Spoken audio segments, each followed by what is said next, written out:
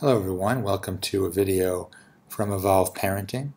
Those of you who are subscribers or who have gone to the main page see that we've had hundreds of thousands of video views so far, and we get inquiries from people about coaching, life coaching, in particular about parenting, but it's not limited to that. That just happens to be something we're specializing in these days.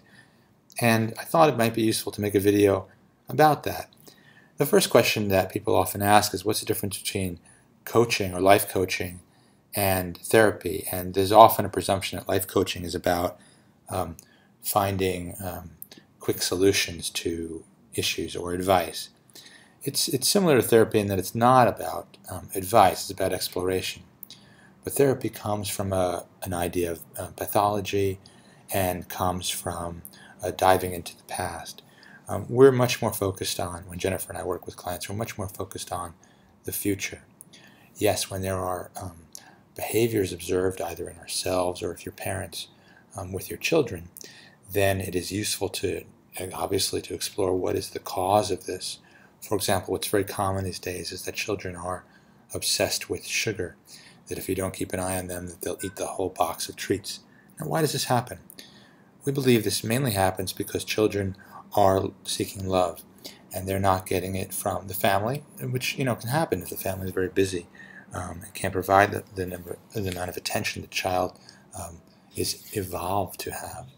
Then they may turn to substitutions like candy, or when they get older, friends, or particular kinds of behavior that may get them into trouble. These are all just cries for help or cries for attention. Even anger or tantrums are that. So the way we work with clients is by helping to understand the underlying reasons for the child's behavior, for their own behavior, and then try to examine alternative creative solutions. That's the use of having an outside eye on things. There may be resources that you're unaware of, or techniques or ways of addressing things that come from within you. Not that we're going to sort of open a book and give little tricks and tips, but really that you explore what's possible from within your own life, because you know more about your life than we ever would. But I think this idea of just non-judgmentalism is a big part of the value of coaching. Not to say that therapists are judging patients, but because it is a doctor-patient, because it comes from a pathology mindset. As a result, there is a feeling like, oh, I've done something wrong. And then you begin to shut down in terms of your creative and imagination, the energies that you can foster.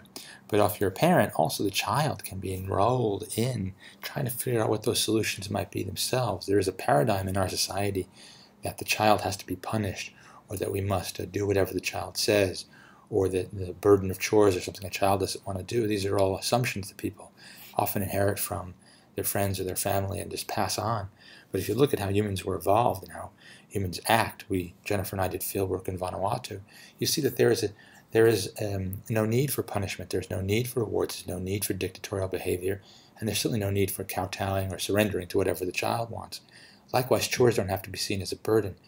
It all has to do with being present, being focused, being open, being loving, and understanding these two polar needs of a human being, which are in Eastern philosophy, the yin and yang, the stereotypically masculine and stereotypically feminine drives.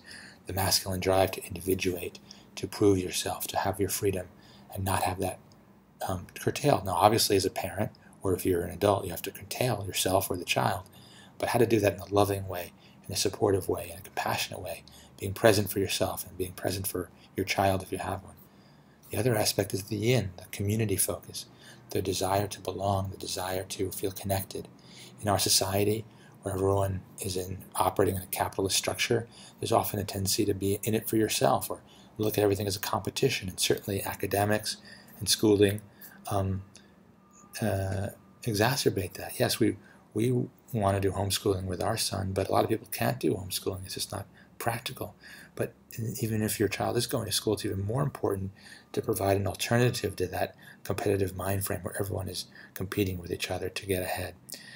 There is an innate desire in children to fit into the family, but when we call things chores, when we use rewards and punishments, then they're no longer open to doing that. So we have guided meditations, we do life coaching, And we encourage you to check those out. Just feel free to contact us. It's free to send us an email. We respond, and we can even have a free consultation with you about your situations and see if it's of interest to you. It's not a pressure situation. We're doing this for the love of it. And we really want to reach out to people and work with them and help them find the solutions within themselves. And if they have children, to help guide their children towards to being happy adults.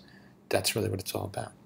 Thanks for listening. If you are a parent, you can go to evolveparenting.com to subscribe to our updated YouTube videos. Thank you so much.